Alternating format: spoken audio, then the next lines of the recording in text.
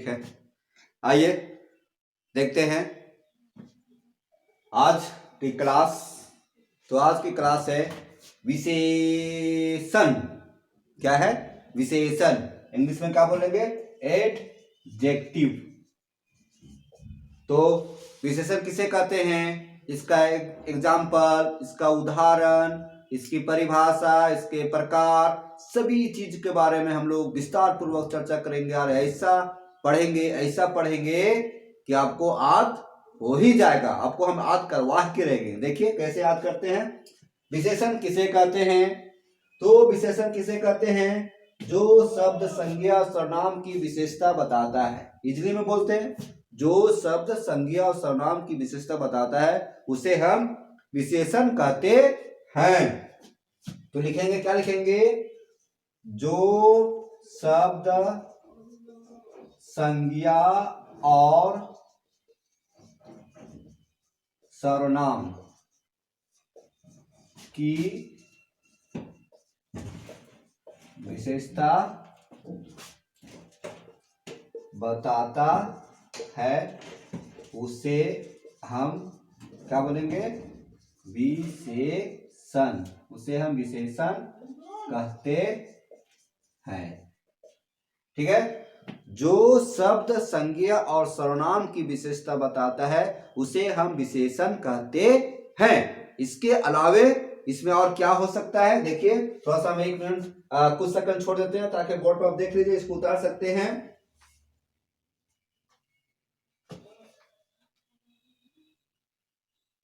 तो और लिख सकते हैं अर्थात। इसका अलावे और क्या हो सकता है? अर्थात विशेषण के रूप में क्या रहेगा? विशेषता क्या रहेगा? विशेषता में गुण रहेगा, संख्या रहेगा, परिमाण, दशा।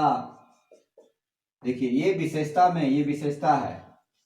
गुण, संख्या, परिमाण, दशा। गुण में क्या हो जाएगा? जैसे किसी का हम गुण को व्याख्यान करेंगे तो क्या होगा? अच्छाई, अच्छा, है ना। इसका दोष हो जाएगा बुरा। उसी तरह संख्या में क्या हो जाएगा? 2, 4, 5वां, ये संख्या बता रहा है। परिमाण में क्या होगा? जैसे परिमाण में क्या होता है? नाप तोल क्या जाता है, तो नाप तोल में क्या होगा? KG, litre. इस तरह से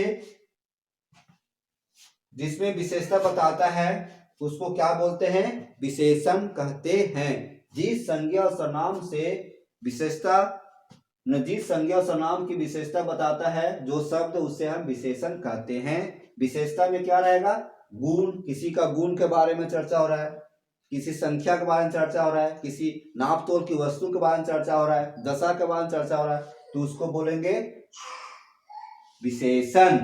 तो जैसे में और क्या बोल सकते हैं? जैसे में देखेंगे राम अच्छा लड़का है, तो इसमें अच्छा क्या है? अच्छा ये हुआ विशेषण हो गया।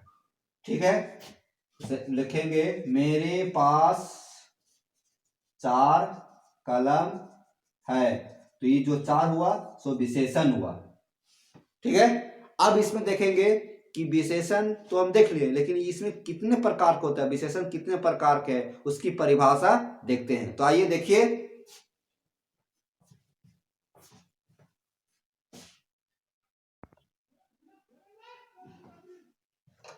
अब इसको मिटाते हैं।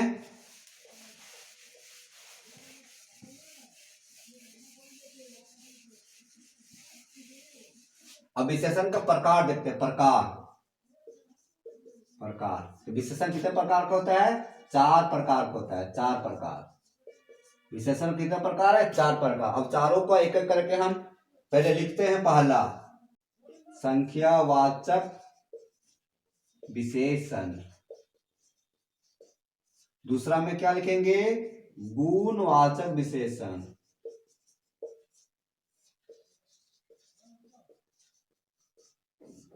तीसरा में क्या लिखेंगे? परिमाण वाचक विशेषण। और चौथा में लिखेंगे सर्वनामिक विशेषण। देखिए 4 विशेषण होता है, प्रकार होता है 4। पहला होता है संख्यावाचक विशेषण, दूसरा है गुणवाचक विशेषण, तीसरा है परिमाणवाचक विशेषण और चौथा है सर्वनामिक विशेषण। अब इसे उतारते जाइए। अब हम एक एक करके परिभाषा और उसका उदाहरण देखेंगे। तो देख लीजिए, उतारिए। अब इसका परिभाषा लिखते हैं। क्या चीज परिभाषा लिखते हैं? संख्यावाचक विशेषण का परिभाषा। तो देखिए संख्यावाचक विशेषण परिभाषा क्या कहलाएगा? जिस लिखेंगे जिस शब्द से संख्या का बोध हो, संख्या का बोध हो, उसे क्या बोलेंगे? उसे संख्यावाचक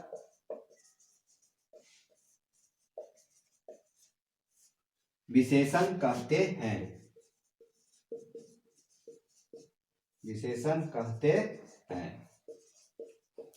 देखिए जिस शब्द से संख्या का बोध हो उसे संख्यावाचक विशेषण कहते हैं। अब देखेंगे संख्यावाचक संख्या दो तरह से होता है, एक निश्चित संख्या होता है और एक अनिश्चित संख्या होता है। देखेंगे यहाँ पर संख्या जो हो जाएगा वो दो तरह से हो जाएगा, एक होता है निश्चित और दूसरा क्या हो जाएगा? यह निश्चित। तो निश्चित में क्या होगा? जैसे बोलेंगे 4, बोलेंगे 5, बोलेंगे शतक, ये निश्चित संख्या हुआ। लेकिन यह निश्चित में क्या होगा? यही रहेगा। जैसे बोलेंगे सैकड़ा, सैकड़ों, सैकड़ों, लाखों, तो ये क्या है? अनिश्चित है। तो सैकड़ों में कितना सैकड़ा पता नहीं है। कुछ रुपया दीजिए बहुत, तो ये क्या हुआ? यह निश्चित हुआ। और ये हुआ जो निश्चित हुआ 4, 5 शतक, 10वां, 5वां, है ना? 10वां भी लिख सकते हैं, 5वां भी लिख सकते हैं, 5वां, और कुछ बहुत, तो ये हो जाएगा आपका अनिश्चित वाचक संख्या और ये हो जाएगा निश्चित वाचक संख्या। तो इस तरह से संख्यावाचक विशेषण की परिभाषा है और ये उदाहरण है। थोड़ा देख लीजिए और इसको अपने कॉपी में आप उतारते जाइए। आगे बढ़ते हैं।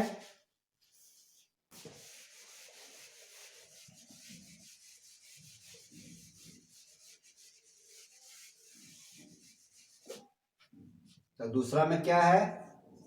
परिमाण वाचक विशेषण।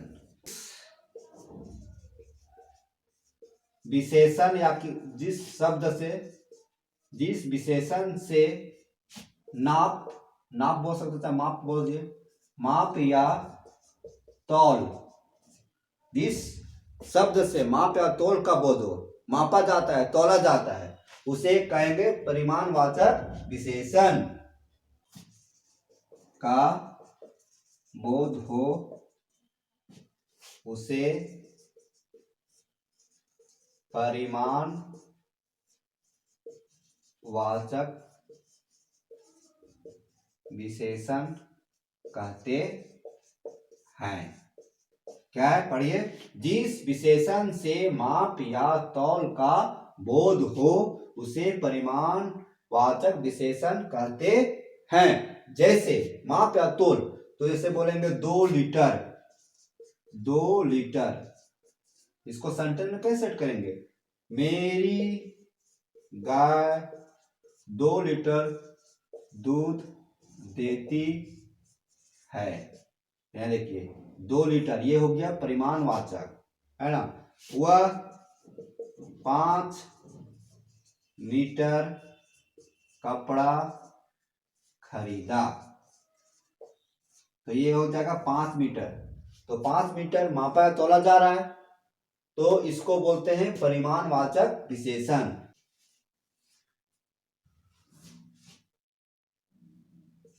इसमें हो जाएगा थोड़ा, बहुत, कम, इतना, उतना इत्यादि।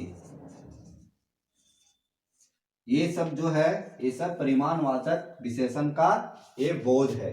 ये विशेषण का ये संकेत है, ये जो हो जाएगा परिमाणवाचक विशेषण हो जाएगा। अब नेक्स्ट बढ़ते हैं, तो बच्चों बढ़े आगे, नेक्स्ट तो बढ़ते हैं। आप देखिए इसको, तीसरा में है गुणवाचक विशेषण। गुणवाचक विशेषण, तो गुणवाचक विशेषण किसे कहते हैं, लिखेंगे जिस शब्द से या जिस विशेषण से, यहां पर जिस शब्द के जगह पर क्या लिख सकते हैं, विशेषण। ठीक है, जिस शब्द से या जिस विशेषण से किसी शब्द का,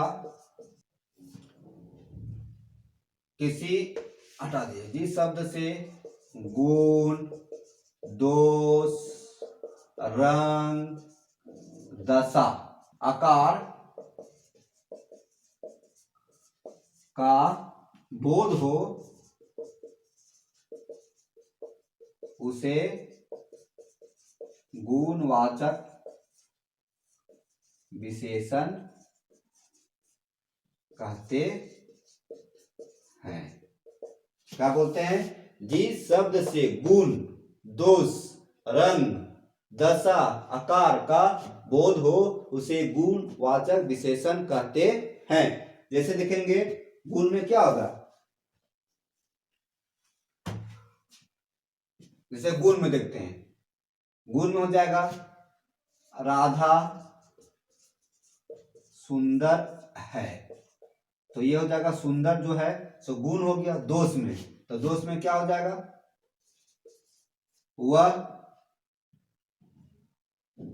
वह कुरूप है, तो ये दोष हो गया। रंग हो जाएगा, तो रंग में क्या लिखेंगे, गाय काली है, तो ये काली हो गया, तो ये विशेषण हो गया। इस तरह से शब्द को हम लोग गुणवाचक विशेषण कहते हैं। पतला है, तो पतला दशा हो गया। आकार में बोलेंगे तो क्या हो जाएगा, दीवार चौड़ा है। देखिए ये, तो यहां पर देखिए सुंदर, कुरूप, काली, पतला यानी तो चौड़ा, ये सब क्या है, गुणवाचक विशेषण का उदाहरण है। इसको बोलेंगे गुणवाचक विशेषण। आप इसको उतारिए, कॉपी में देखिए, लिखिए, और यदि आपको समझ नहीं आता है तो आप कमेंट बॉक्स में कमेंट कीजिए। आगे बढ़ते हैं, देखिए अंतिम है ये सर्वनामिक विशेषण। क्या है, सर्वनामिक विशेषण। तो देखिए सर्वनामिक विशेषण किसे कहते हैं, परिभाषा लिखा हुआ, जिस शब्द सर्वनाम विशेषण के रूप में प्रयोग किया जाता है। जिस शब्द को लिख सकते हैं, जिस शब्द को सर्वनाम विशेषण के रूप में प्रयोग होता है उसे सर्वनामिक विशेषण कहते हैं। जिस सर्वनाम के रूप में, जो सर्वनाम है वो विशेषण के रूप में प्रयोग होता है। जैसे देखेंगे यह, वह, कौन, क्या, तो यह, वह, कौन, क्या जो है तो ये क्या है, सर्वनाम है। क्या है, सर्वनाम है। तो ये सर्वनाम जो हुआ वो विशेषण के रूप में प्रयोग होता है। इसकी परिभाषा और क्या ले सकते हैं, देखिए इसकी परिभाषा एक है, ले सकते हैं कि जब संज्ञा के पहले सर्वनाम का प्रयोग होता है ना। इसकी परिभाषा लिखिए, जब संज्ञा के पहले, जब किसी संज्ञा के पहले लिखेंगे, जब किसी संज्ञा के पहले सर्वनाम, जब किसी संज्ञा के पहले सर्वनाम का प्रयोग हो तो उसे क्या कहते हैं, उसे सर्वनामिक विशेषण कहते हैं। ठीक है, जब किसी संज्ञा के पहले सर्वनाम का प्रयोग हो तो उसे सर्वनामिक विशेषण कहते हैं। इसे देखेंगे, संज्ञा पहले सर्वनाम हुआ, यह हुआ, कौन, क्या, सर्वनाम हुआ, तो सर्वनाम के पहले में संज्ञा के पहले सर्वनाम लग, जैसे लड़का, लड़का क्या है, लड़का सर्वनाम हुआ, किताब क्या हुआ, सर्वनाम हुआ। तो जैसे लड़का है, लड़का, कौन लड़का खेल रहा है, तो ये क्या हो जाएगा, ये हो जाएगा सर्वनाम, ये क्या हो जाएगा, सर्वनाम।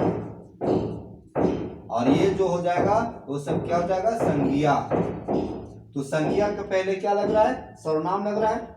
तो संज्ञा के पहले जो सर्वनाम लगता है तो उसी को हम क्या कहते हैं, सर्वनामिक विशेषण। जैसे कौन लड़का खेल रहा है, तो लड़का संज्ञा हुआ, संज्ञा के पहले सर्वनाम लग गया, तो ये हो जाएगा सर्वनामिक विशेषण। तो ये क्या हो जाएगा, ये हो जाएगा, ये जो कौन, क्या, यह सर्वनाम जो लगा और ये सेंटेंस के साथ सेट हो रहा है, तो ये क्या होगा, सर्वनामिक विशेषण, सर्वनामिक विशेषण। ठीक है। अब थोड़ा सा आवाज सुनते होंगे, ऊपर काम हो रहा है तो उसी का आवाज है, तो इस आवाज जब आपको डिस्टर्ब कर रहा है तो इसके लिए हम खेद व्यक्त करते हैं। अब देखिए इसको बढ़िया समझ लीजिए, वह समझाते हैं कि जब संज्ञा के पहले सर्वनाम जो प्रयोग होता है, तो सर्वनाम क्या हो गया, क्या, कौन, यह, वह, ये सब, तो वह क्या कहलाएगा, सर्वनाम विशेषण। जैसे कौन लड़का खेल रहा है, तो कौन हो जाएगा यहाँ सर्वनामिक विशेषण। अब देखिए